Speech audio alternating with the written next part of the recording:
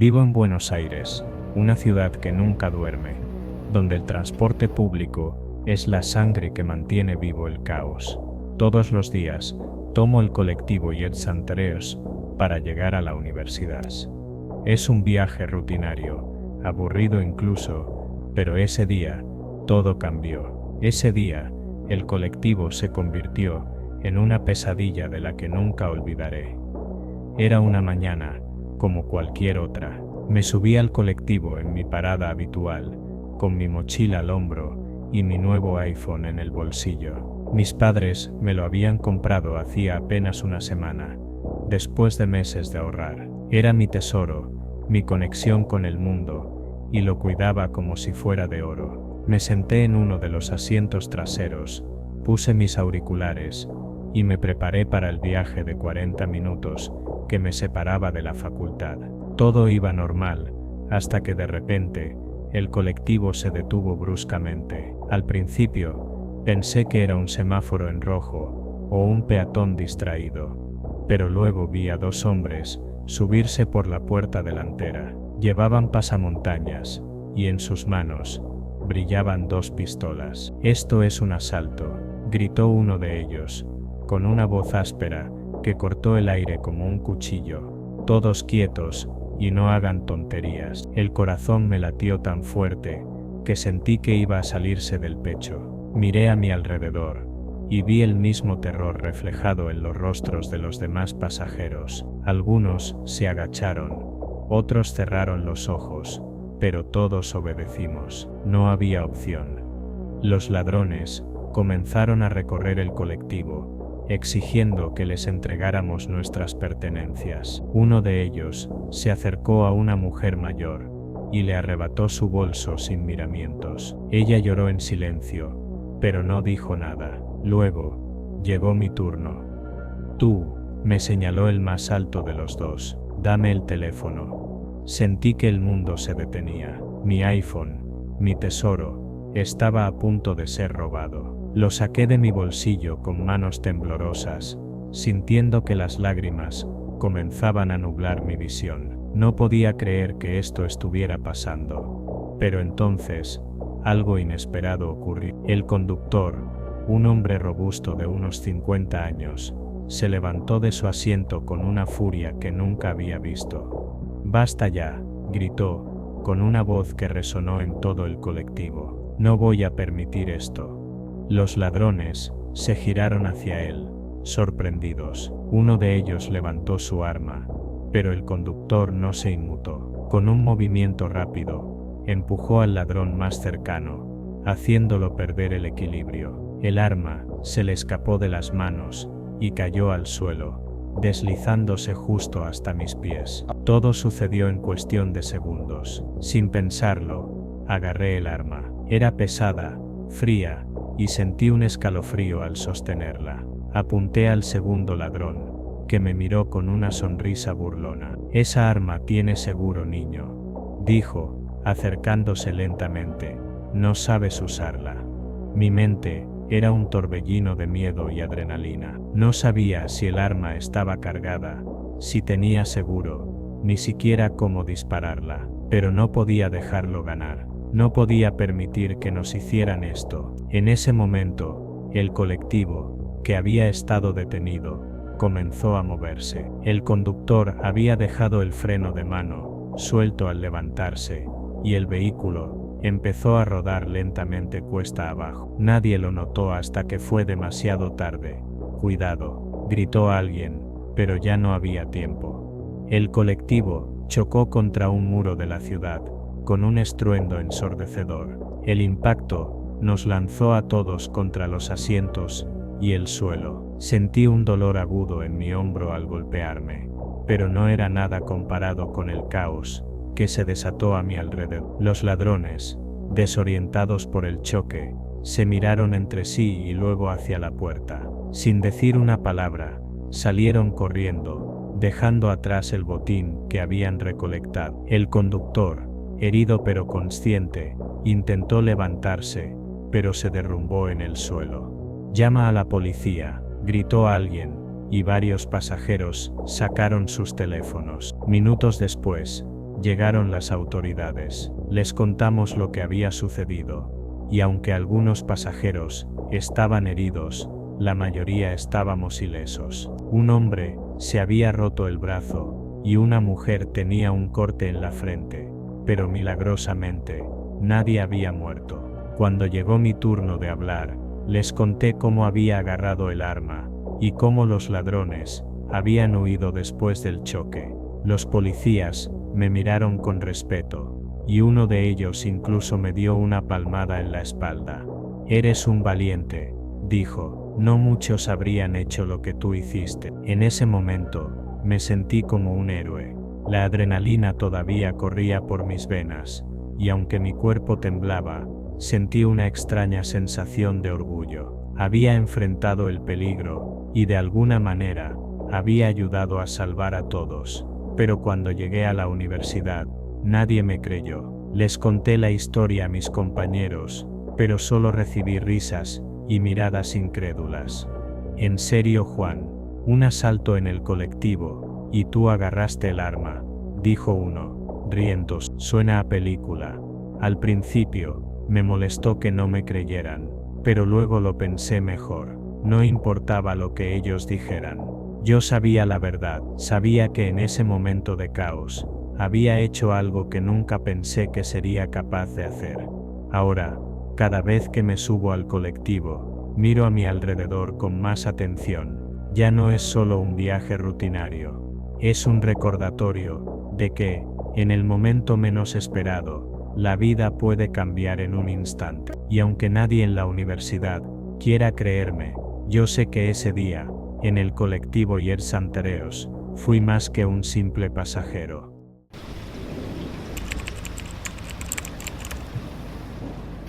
Era una tarde como cualquier otra en la ciudad. El sol comenzaba a esconderse, y las calles se llenaban de gente apresurada, ansiosa por llegar a casa después de un largo día de trabajo. Yo era una más entre la multitud, con mi cartera al hombro y mi teléfono en la mano, revisando mensajes mientras caminaba hacia la estación de metro. No era la primera vez que viajaba en hora pico, y aunque sabía que sería agotador, era parte de mi rutina. Lo que no sabía era que ese día, mi rutina se convertiría en una pesadilla. El metro estaba abarrotado, como siempre. La estación era un hervidero de gente, y los trenes pasaban llenos hasta los topes. Cuando llegó el mío, me abrí paso entre la multitud, empujando y siendo empujada, hasta que logré subir al vagón. Quedé aplastada contra la puerta, con mi cartera pegada a mi cuerpo, para evitar que alguien la abriera. Respiré hondo, resignada a soportar los próximos 20 minutos de incomodidad. Pero justo cuando las puertas estaban a punto de cerrarse, sentí un tirón en mi cartera. Al principio, pensé que era solo el roce de alguien más, pero luego vi una mano que salía de entre la multitud, agarrando mi teléfono con destreza. Mi corazón se detuvo por un segundo, antes de que el instinto tomara el control. Grité, agarrando la mano del ladrón, con todas mis fuerzas. «Devuélvemelo». El hombre, un tipo delgado y con una gorra que le cubría parte del rostro, intentó soltarse, pero yo no lo dejé ir. Las puertas del metro comenzaron a cerrarse, y en un acto desesperado, salté fuera del vagón, arrastrando al ladrón conmigo. Él forcejeó, y en el tumulto, logró arrancarme la cartera de las manos. Sin pensarlo dos veces, salí corriendo detrás de él. «¡Alto! Es un ladrón», grité, intentando llamar la atención de los demás. «Alguien deténganlo». Pero nadie hizo nada. La gente me miraba, algunos con curiosidad, otros con indiferencia, pero nadie se movió para ayudarme. El ladrón corría hacia la salida de la estación, esquivando a los transeúntes con agilidad. Yo lo seguía, con el corazón latiendo tan fuerte que sentía que iba a explotar. No podía dejar que se fuera con mi cartera, con mi teléfono, con todo lo que llevaba dentro. De repente, el ladrón tropezó con una mujer que llevaba una bolsa de compras. Cayó al suelo, y yo aproveché el momento para alcanzarlo. Me abalancé sobre él, agarrando mi cartera con una mano, mientras con la otra intentaba sujetarlo. Pero él no se rendía. Con un movimiento rápido, sacó un cuchillo de su bolsillo, y lo levantó hacia mí. «Suéltame», gruñó, con los ojos llenos de furia. Me paralicé por un instante, pero antes de que pudiera reaccionar, algo increíble sucedió. Un hombre que pasaba por ahí le dio un fuerte empujón al ladrón, haciendo que el cuchillo cayera al suelo. Otros transeúntes se acercaron, formando un círculo alrededor del ladrón, que ahora estaba en el suelo, intentando defenderse. «Es un ladrón», grité de nuevo, esta vez con más fuerza. «Me robó la cartera». La multitud reaccionó. Un hombre le dio un puñetazo en la cara, otro le pateó el costado. El ladrón intentó levantarse, pero la gente no lo dejó. Fue como si toda la frustración y el enojo acumulado de la hora pico se liberara en ese momento. Yo me quedé atrás, temblando, con mi cartera apretada contra el pecho. Finalmente, llegó la policía. Los oficiales separaron a la multitud y arrestaron al ladrón, que ahora estaba sangrando y magullado. Uno de los policías se acercó a mí. «¿Está bien, señorita?», preguntó, con una voz calmada. Asentí, aunque no estaba segura de si era cierto. Mi cuerpo todavía temblaba, y mi mente estaba nublada por la adrenalina. El policía me devolvió mi cartera, y revisé rápidamente su contenido. Mi teléfono, mi billetera, todo estaba ahí. No había perdido nada, excepto quizás un poco de mi fe en la humanidad. «Gracias», dije, con una voz que apenas reconocí como la mía. El policía asintió, y me ofreció acompañarme a la comisaría, para hacer una declaración, pero decliné. Solo quería irme a casa. Caminé de regreso a la estación de metro, esta vez con más cuidado, mirando a mi alrededor como si esperara que otro ladrón apareciera de la nada. Cuando llegué a casa, mi familia me recibió con preocupación. Les conté lo que había sucedido, y aunque al principio no me creyeron, mis palabras temblorosas y la mirada de shock en mis ojos los convencieron de que decía la verdad. «Dios mío, qué horror», dijo mi madre, abrazándome con fuerza. «Podrías haberte lastimado, pero no lo hice», respondí, intentando sonar más valiente de lo que me sentía. «Lo atrapé, mamá. Lo atrapé y recuperé mi cartera».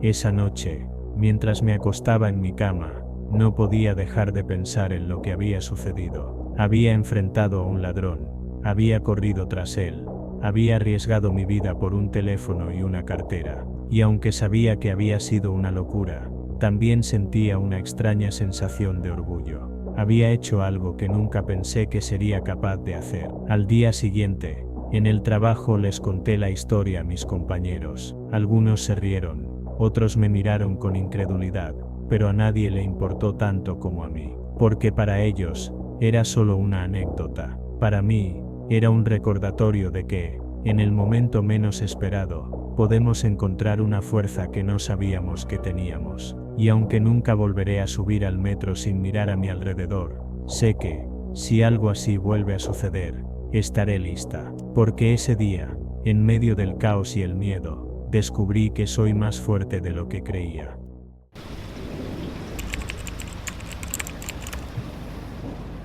Soy una mujer española de clase media alta, casada y con una hija de 5 años. Mi vida siempre ha sido tranquila, llena de comodidades y rutinas que nunca me habían fallado, hasta que todo cambió. Todo comenzó con algo pequeño, casi insignificante, un par de aretes que desaparecieron de mi joyero. Al principio pensé que los había perdido, que tal vez mi hija los había tomado para jugar, pero luego otras cosas comenzaron a faltar: un reloj, un par de zapatos, incluso algo de dinero que había dejado en la mesita de noche. No quería sospechar de nadie, pero las desapariciones eran demasiado frecuentes para ser una coincidencia. Mi mente comenzó a divagar, y pronto mi atención se centró en la chica que limpiaba la casa todos los días. Se llamaba Lucía, y había estado trabajando con nosotros durante años. Era una joven callada,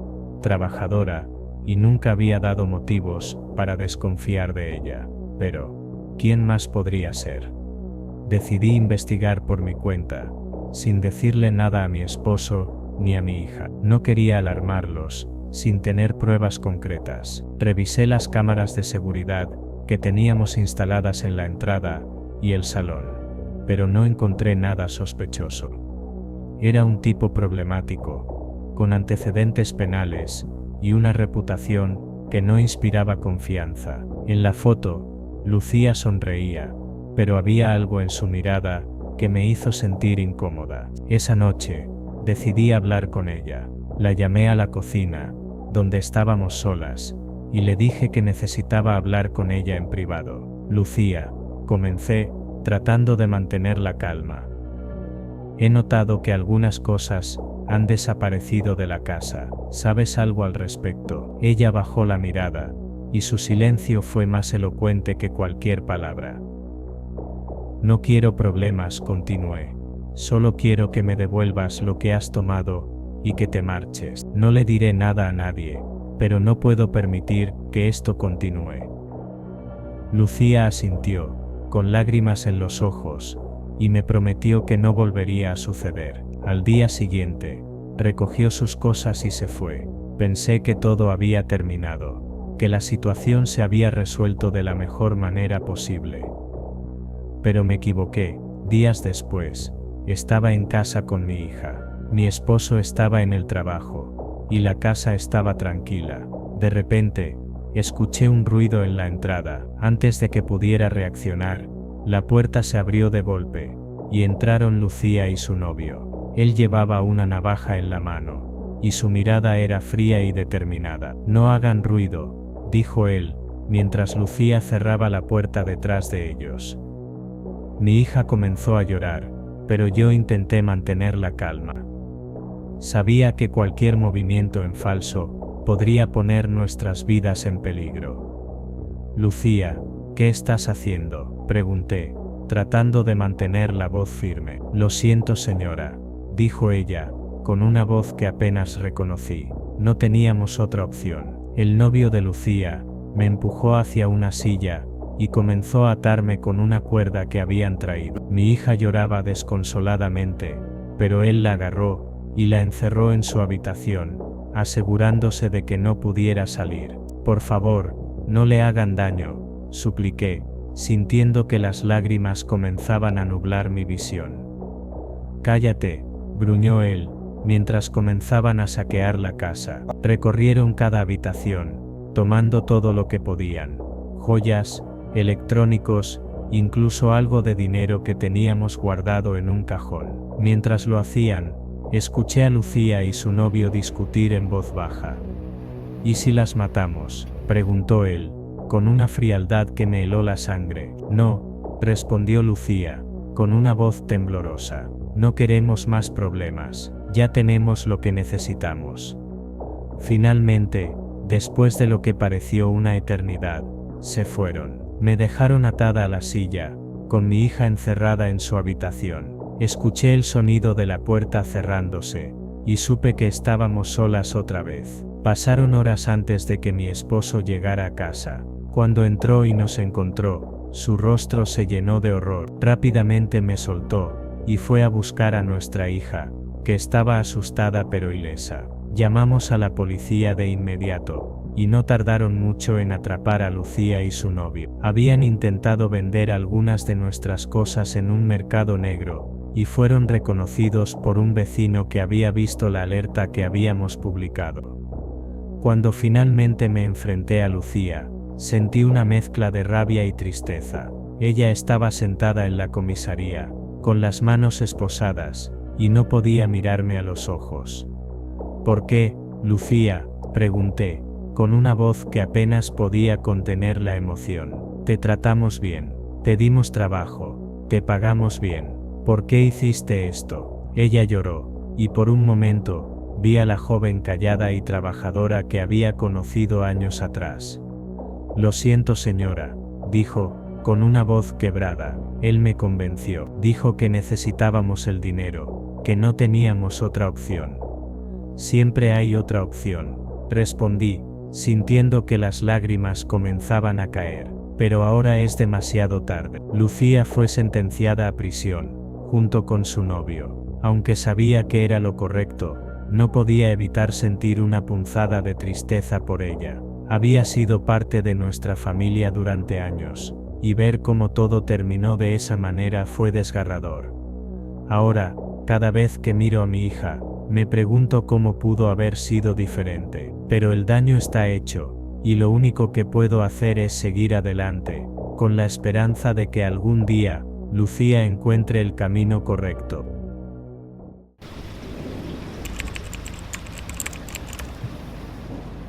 Soy una joven mexicana de 25 años, y desde hace tiempo trabajo a tiempo completo en un local de víveres, regentado por una familia china. No es el trabajo más glamuroso, pero me ha permitido ahorrar lo suficiente para cumplir mi sueño, emigrar a España y dejar atrás la casa de mis padres. Llevo años planeándolo, contando cada peso, privándome de lujos y caprichos, para poder reunir el dinero necesario, pero todo se vino abajo en cuestión de horas.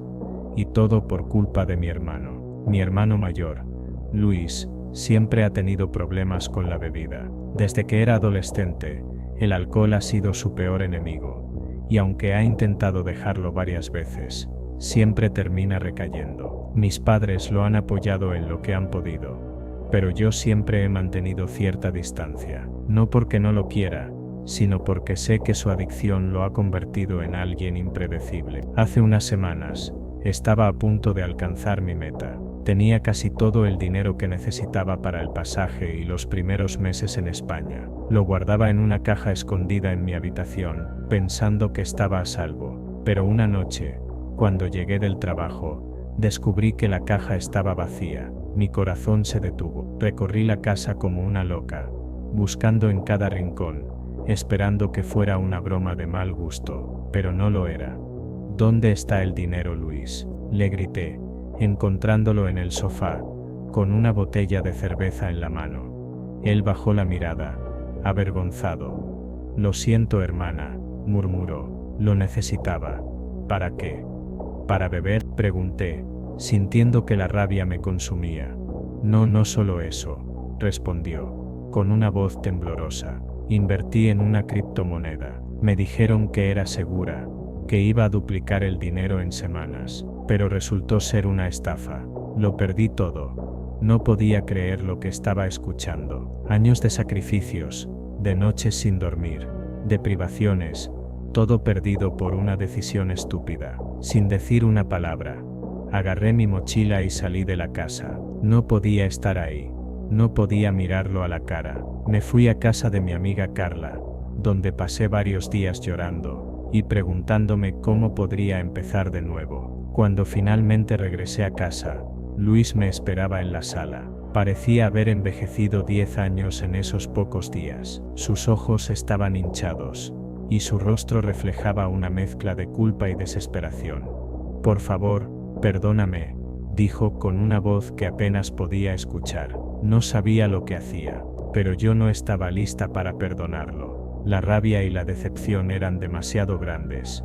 Perdonarte, grité. Arruinaste todo. Eres un egoísta, un borracho que no piensa en nadie más que en sí mismo. Mis palabras lo golpearon como un puñetazo. Vi cómo su rostro se descomponía, pero en ese momento, no me importó. Necesitaba que sintiera el peso de lo que había hecho. Días después, todo empeoró. La policía llegó a nuestra casa para arrestar a Luis. Resulta que, en un intento desesperado por recuperar el dinero, había robado una tienda. No había lastimado a nadie, pero había amenazado al dueño con un cuchillo. Cuando lo vi esposado, con la cabeza gacha, sentí una mezcla de emociones que no podía entender. Rabia, tristeza, pero también un poco de culpa. Por favor, no se lo lleven, supliqué a los oficiales, aunque sabía que no podía hacer nada. Él no es una mala persona, solo está perdido.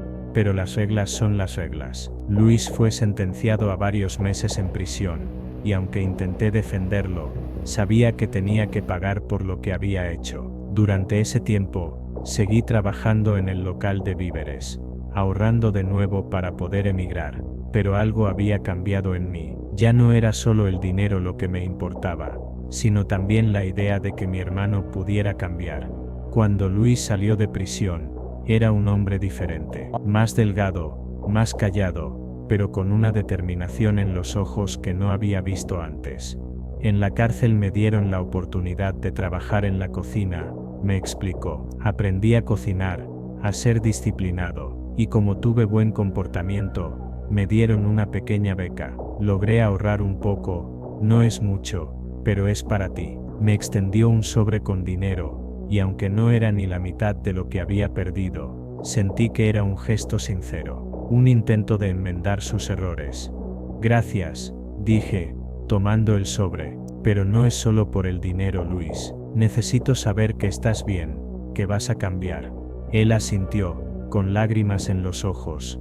Lo haré, hermana, te lo prometo. Aunque todavía me falta algo de dinero para completar lo que tenía, he decidido quedarme un poco más. No puedo irme sabiendo que mi hermano todavía está luchando contra sus demonios. Quiero ayudarlo a superar su adicción, a encontrar un camino mejor, porque al final, la familia es lo más importante, y aunque a veces nos lastimemos, también somos capaces de perdonar y sanar. Ahora, cada vez que miro a Luis, veo a alguien que está intentando cambiar, y aunque el camino no será fácil, sé que juntos podemos superarlo, porque el verdadero sueño no es solo emigrar, sino también construir un futuro donde ambos podamos ser felices.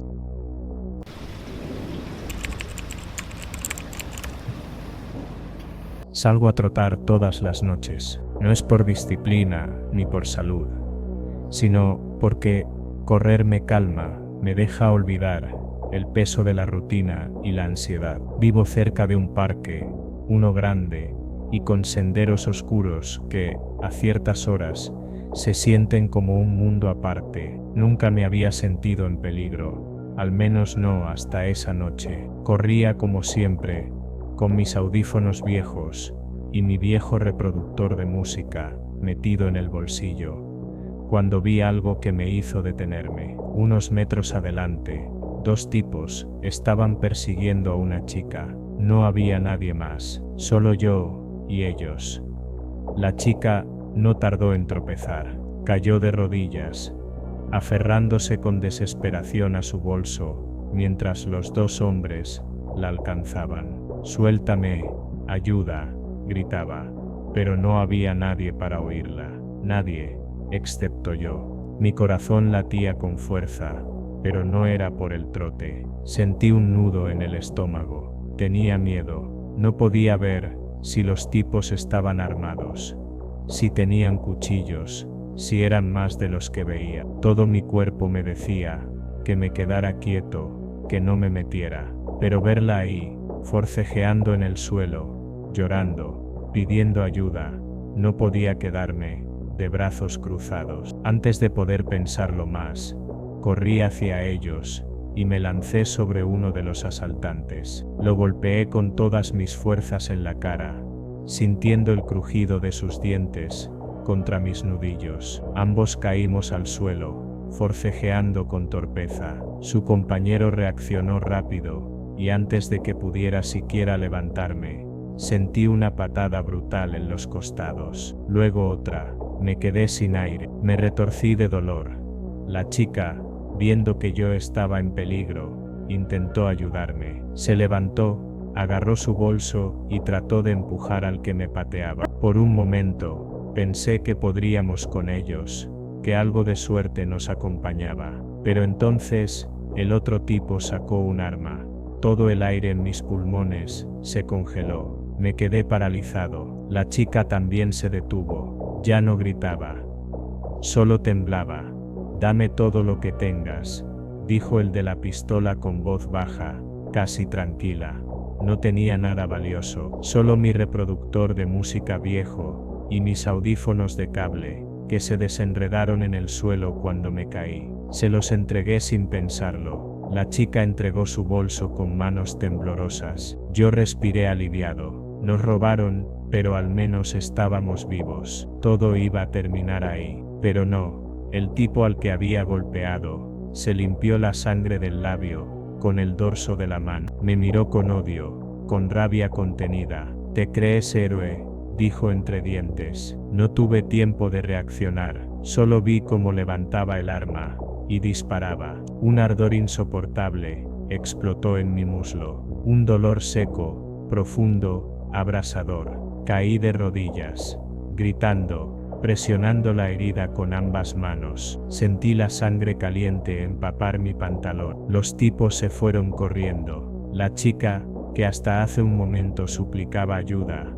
apenas me miró. Me sostuvo la mirada por unos segundos, pero no dijo nada, solo se fue. Llegué al hospital, gracias a un hombre que pasaba en bicicleta minutos después. Me operaron, me dieron calmantes, me preguntaron qué pasó. Les conté la verdad, me dijeron que hice lo correcto, que fui valiente, pero la verdad, acostado en esa cama de hospital, con un dolor que me recordaba la estupidez que cometí, no me sentía valiente. La chica nunca vino a agradecerme, nunca preguntó por mí, nunca apareció.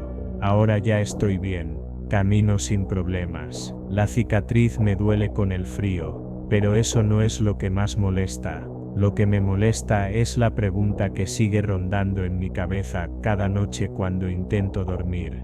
¿Valió la pena?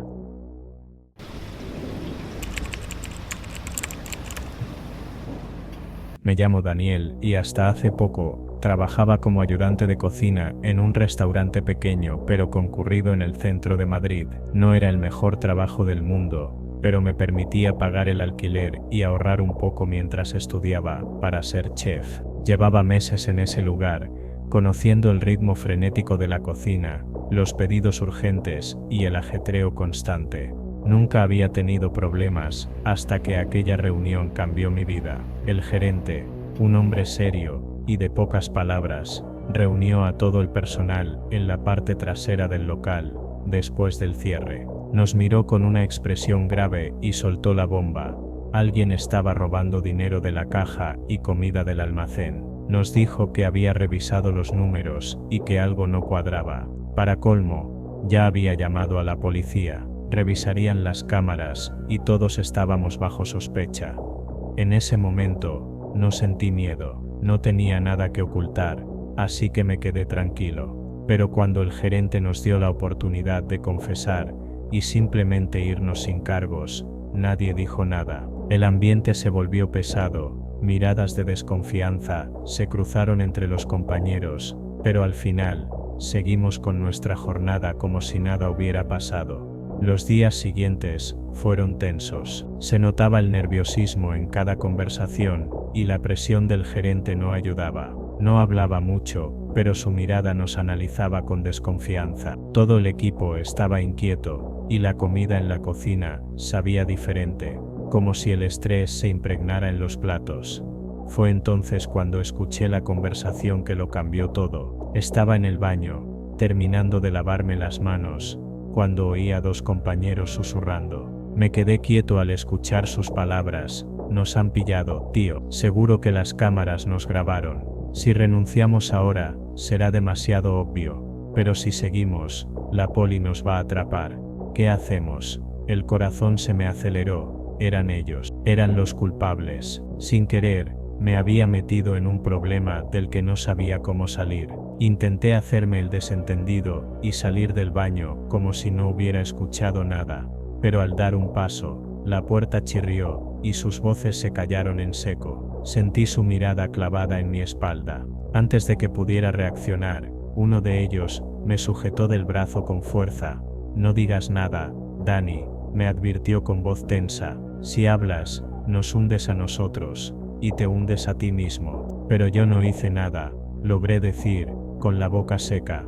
Eso no importa. Si abrimos la boca, diremos que tú también estabas metido. Nadie te va a creer. Así que mejor cállate. Me quedé paralizado. No sabía qué hacer. En el fondo, sabía que lo correcto era decir la verdad, pero el miedo me ganó. No quería perder mi trabajo, ni meterme en líos con la policía. Así que callé. Los días pasaron con ese secreto quemándome la garganta. Evitaba cruzarme con ellos y me esforzaba en mi trabajo, esperando que todo se resolviera solo. Pero la esperanza era una ilusión. Una tarde, la policía llegó al restaurante. Dos oficiales entraron con el gerente y pidieron hablar con los empleados. Habían revisado las cámaras y tenían suficiente evidencia para detener a los ladrones. A pesar de que intentaron negar todo, no les sirvió de nada, pero antes de llevárselos, uno de ellos me señaló con el dedo. Él lo sabía todo, no decía nada, pero estaba metido. Pregunten lo que quieran, él es cómplice. El gerente me miró con una mezcla de furia y decepción. Intenté defenderme, explicar que yo no tenía nada que ver, pero ya era tarde. La policía me llevó para interrogarme, junto con ellos. En la estación, mi miedo era palpable. Sabía que no había hecho nada, pero también sabía que había callado. Expliqué la verdad, cómo había descubierto la conversación, y cómo ellos me habían amenazado. No había pruebas en mi contra, así que me dejaron en libertad. Pero cuando volví al restaurante para recoger mis cosas, el gerente fue claro: no puedo confiar en alguien que calla ante un robo. Estás despedido. Me fui con una sensación amarga. Por miedo había perdido mi trabajo, pero lo peor fue enterarme de lo que pasó después. El gerente, tras aquella traición dentro de su equipo, se volvió paranoico. Comenzó a sospechar de todos, despidió a más empleados, y poco a poco el restaurante perdió su prestigio. Los clientes dejaron de venir, y en cuestión de meses, el lugar cerró. No sé si mi silencio fue un error, o si, de todas formas, las cosas hubieran terminado igual. Pero lo que sí sé es que, desde ese día, aprendí que el miedo puede costarte más de lo que imaginas.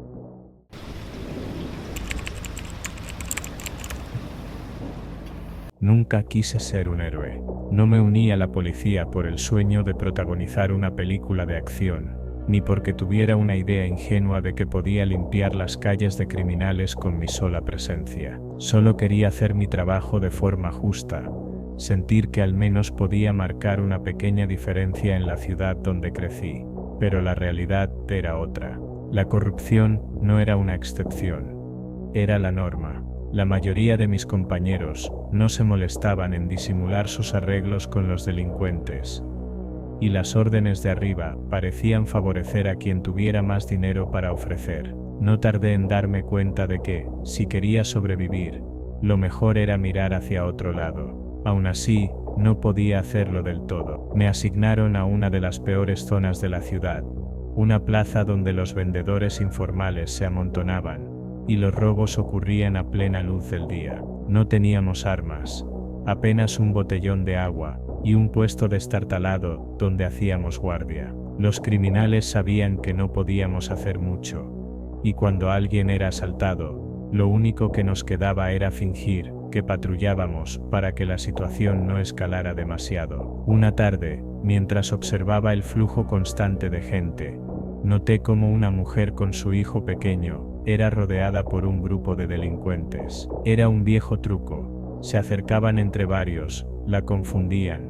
le arrebataban las bolsas y desaparecían en distintas direcciones antes de que pudiera reaccionar. Sabía que si intervenía, las cosas podían salir mal. No tenía forma de defenderme si decidían atacarme, pero algo dentro de mí no me permitió quedarme quieto. Me acerqué con rapidez, mientras la mujer gritaba desesperada. Los ladrones ya estaban en acción, despojándola de sus pertenencias, pero en cuanto me vieron, se tensaron, no porque me temieran, sino porque no esperaban resistencia. Entre ellos había un niño de no más de 10 años, un pequeño con mirada fiera y resentida. Me miró a los ojos y con voz desafiante me dijo: «Si te metes, voy a llorar y luego te voy a apuñalar».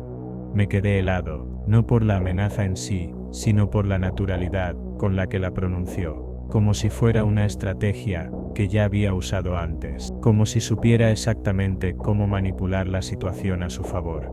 Pero no podía dar marcha atrás. Aparté al niño de un empujón, lo suficiente para alejarlo sin lastimarlo, y me lancé sobre los otros delincuentes. No podía arrestarlos, pero al menos podía frustrar el robo. Empujé a 2 de ellos, logrando que la mujer pudiera sujetar con fuerza algunas de sus bolsas. Al ver que no lo tendrían fácil, los ladrones comenzaron a correr en distintas direcciones, dejando atrás lo que no habían alcanzado a llevarse. La mujer, con los ojos llorosos, me miró y me agradeció con un hilo de voz. Su hijo se aferró a su pierna, asustado, pero ileso. Los escolté hasta el puesto donde hacía guardia, y esperé a que se calmaran antes de dejarlos marchar. Se fueron cabizbajos, lamentando lo que habían perdido, pero al menos estaban a salvo. Esa noche, comenzaron las amenazas. Los delincuentes no iban a dejarlo pasar. Primero fueron murmullos cuando pasaba por la plaza, luego notas con advertencias veladas. No tardaron en ser más directos. Me dejaron claro que si volvía a intervenir, no viviría para contarlo. Lo reporté a mis superiores, esperando apoyo, pero su respuesta fue simplemente reasignarme, no por protección, sino porque era más fácil apartarme que lidiar con el problema. No tardé mucho en renunciar. No quería pasar el resto de mi vida esperando que alguien me atacara en la oscuridad.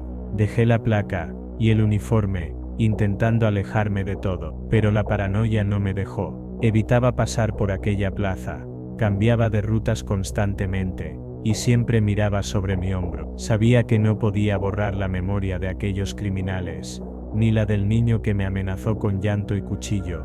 No sé si hice lo correcto ese día. No salvé a la ciudad, ni erradiqué el crimen. Solo logré que una madre y su hijo no lo pasaran tan mal. Pero el precio que pagué fue aprender que, a veces, la justicia no es suficiente, y que el miedo es algo que nunca se va.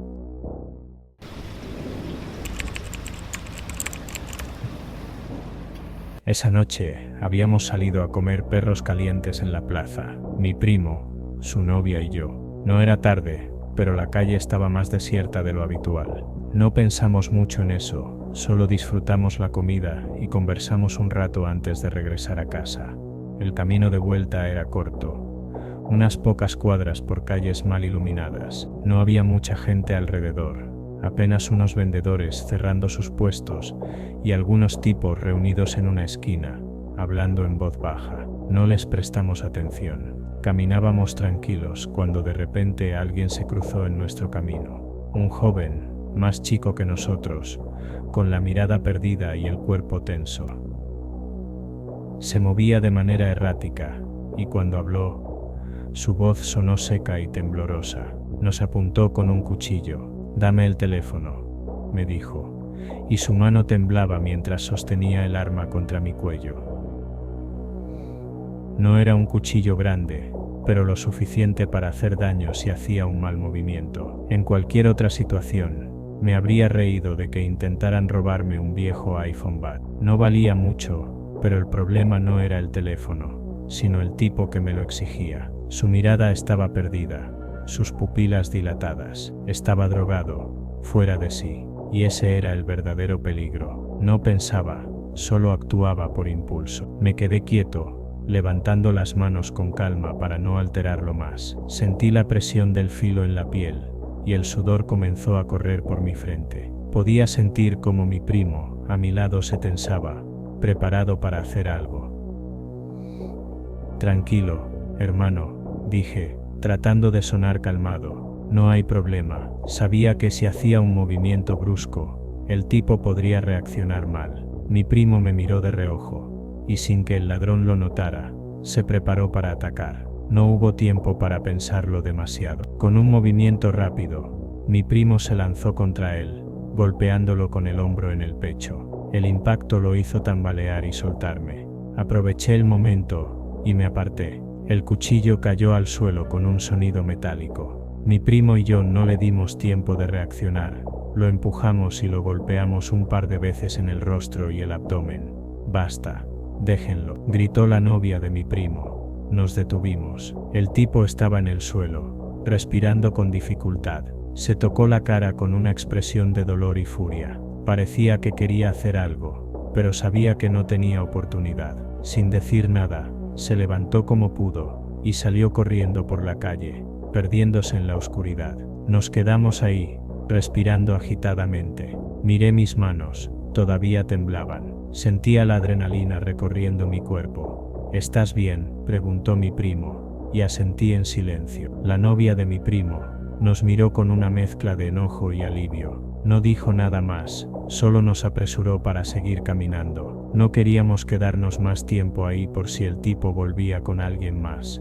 Caminamos rápido hasta llegar a casa. Nadie habló mucho en el camino. La tensión todavía estaba en el aire. Cuando cerramos la puerta, sentí como si finalmente pudiera respirar. Mi primo también suspiró y se dejó caer en el sofá. Pudo haber sido peor, dije después de un rato. Sí, respondió él, pero no sé si hicimos lo correcto. Nos miramos en silencio, no llamamos a la policía, no lo detuvimos, solo nos defendimos, y lo dejamos ir. Tal vez debimos hacer más, pero en ese momento, lo único que queríamos era salir de ahí con vida. No volví a pasar por esa plaza de noche, y cada vez que salía, me aseguraba de mirar bien a mi alrededor. No sabía si volvería a ver a ese tipo, pero algo en su mirada, en su forma de moverse, me quedó grabado, como si incluso ahora pudiera seguir sintiendo la presión fría del cuchillo en mi cuello.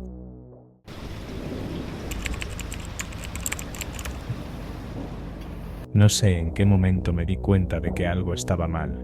Quizás fue la forma en que mis amigas parecían emocionadas cada vez que íbamos a esa tienda, incluso cuando no compraban nada. O tal vez fue el día en que me fijé en cómo sus bolsos parecían más abultados al salir. Pero en ese momento no pensé demasiado en ello. Era una tienda muy popular cerca de la universidad. Tenía de todo: comida, productos de higiene, papelería. Casi siempre íbamos después de clases, y yo solía comprar una soda o alguna chuche. A veces, ellas no compraban nada, pero insistían en entrar, pasearse por los pasillos, tocarlo todo. Yo no veía nada raro en ello, hasta que lo vi. Aquel día, mientras esperábamos en la fila para pagar, noté algo extraño. Andrea sacó un paquete de toallas sanitarias de su bolso y lo metió discretamente en el de Mariana, que sonrió y cerró la cremallera con rapidez. No entendí lo que acababa de ver. Fue después, cuando miré bien el interior de sus bolsos, que lo noté. Estaban forrados con papel de aluminio. Sentí un escalofrío recorrerme la espalda. Había oído antes que algunas personas usaban eso para evadir los detectores de seguridad. No podía creerlo. Mis amigas robaban. Mi primer instinto fue alejarme de ellas lo más rápido posible. No quise confrontarlas, pero tampoco quería ser parte de eso. Decidí que sería la última vez que entraría con ellas a la tienda. Pero el destino tenía otros planes. Justo cuando íbamos a salir, un guardia se nos acercó. «Por favor, señoritas, acompáñenme». Nos llevaron a la parte trasera de la tienda, donde había un pequeño cuarto de vigilancia. Mi corazón latía tan rápido que apenas podía respirar. Nos hicieron vaciar nuestros bolsos. El mío estaba limpio. Solo tenía mis cosas de la universidad, pero el de Andrea y el de Mariana no. Había productos de higiene, dulces, pequeñas cosas que habían sacado de los estantes sin pagar. El encargado nos miró con desprecio. «¿Llevan tiempo haciendo esto?», preguntó con voz seca. Yo abrí la boca para defenderme, pero Andrea se adelantó. «Ella también estaba involucrada», dijo, señalándome. La miré, horrorizada. No podía creer lo que acababa de escuchar. «Eso no es cierto», exclamé. Sentí la rabia subirme por el pecho. ¿Cómo podía decir eso? Yo ni siquiera tenía bolso con forro de aluminio. No había tocado nada que no fuera mi soda. El guardia cruzó los brazos. «¿Y tú cómo explicas que siempre vienes con ellas?». Me quedé en silencio. No tenía una respuesta. No había hecho nada malo. Pero el solo hecho de estar con ellas me hacía sospechosa. Intenté explicar que no sabía nada, que nunca había robado. Pero sus miradas eran frías, indiferentes. Llamaron a la policía. Cuando llegaron, revisaron todo y confirmaron que yo no llevaba nada robado. Me dejaron libre después de interrogarme, pero el daño ya estaba hecho. Me sentí humillada, avergonzada, todo porque había confiado en las personas equivocadas. Andrea y Mariana también fueron liberadas después de pedir disculpas y prometer que no lo harían de nuevo. No hubo cargos, pero les prohibieron volver a la tienda. A mí también. Salí de ahí con la cabeza baja, sin saber qué pensar. No solo me habían traicionado, sino que ni siquiera parecían arrepentidas. Cuando intenté hablar con ellas después, me trataron como si yo fuera la rara por estar molesta, como si robar fuera lo más normal del mundo. Esa fue la última vez que las vi. Me alejé de ellas, sin mirar atrás. Pero aún hoy, cuando entro a cualquier tienda, cuando escucho el pitido de un detector de seguridad, siento una punzada de ansiedad, y no puedo evitar preguntarme, ¿cuánta gente que parece normal hace este tipo de cosas sin remordimiento?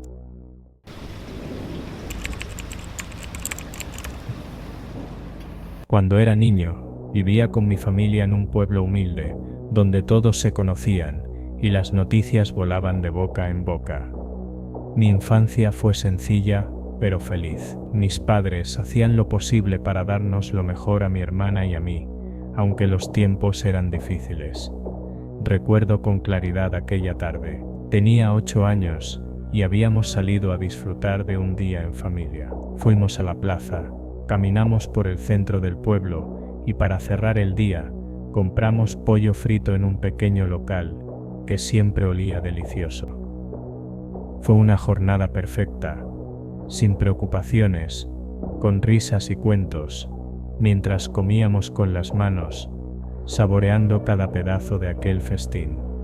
Cuando regresamos a casa, todo cambió. La puerta estaba entreabierta, y al entrar, nos encontramos con un vacío espeluznante. La sala estaba casi desnuda, el televisor había desaparecido, los muebles también. La mesa donde solíamos comer estaba ausente. La cocina había sido saqueada, y parte de la ropa de mis padres también había desaparecido. Era como si alguien hubiera arrancado pedazos de nuestra vida, y se los hubiera llevado sin remordimientos. No entendía del todo lo que pasaba. Veía a mi madre llorar desconsoladamente, a mi padre tenso, con la mirada perdida, mientras mi hermana, mayor que yo, intentaba consolar a mamá, sin mucho éxito. Yo simplemente me quedé ahí, en silencio, tratando de procesar lo que estaba sucediendo. Al día siguiente, mi padre fue a la estación de policía a hacer la denuncia. Afortunadamente, en nuestra calle no faltaban los chismosos, y muchos vecinos habían visto quién se había metido a la casa. El responsable era un joven del barrio, conocido por su adicción a las drogas y sus constantes robos a las casas de la zona. Nadie lo quería cerca, pero pocos se atrevían a enfrentarlo. La policía lo atrapó ese mismo día y lo llevaron a la comisaría. Confesó sin mucho esfuerzo que había sido él quien entró a la casa y se llevó todo. Pero lo peor vino cuando dijo que ya había vendido las cosas. No sabía dónde estaban ni con quién. Eran simples objetos para él, intercambiados por un poco de dinero o alguna dosis de droga. La impotencia se apoderó de todos. La policía intentó hacerlo hablar con métodos que prefería no entender en ese momento, pero el ladrón se mantuvo firme. Nuestra casa seguía vacía, y no había nada que hacer al respecto. Con el tiempo, mi familia logró reponerse. Poco a poco fuimos recuperando nuestras pertenencias, comprando lo que podíamos con esfuerzo. Pero el miedo quedó sembrado en nosotros. Desde ese día, cada vez que salíamos de casa, nos asegurábamos de que nunca pareciera estar vacía. Mi padre o mi madre salían primero, después mi hermana y yo, dejando luces encendidas o la radio puesta para que pareciera que alguien se había quedado dentro. Los años pasaron, y ahora vivimos en un lugar más seguro, en una zona mejor. Pero ese recuerdo, esa sensación de ver nuestra casa despojada de todo, de notar la angustia en los ojos de mi madre, y la rabia contenida de mi padre, sigue latente en mi memoria. Es curioso cómo un solo evento puede marcarte para siempre, cómo un simple robo puede convertir la tranquilidad de un hogar en un constante estado de alerta.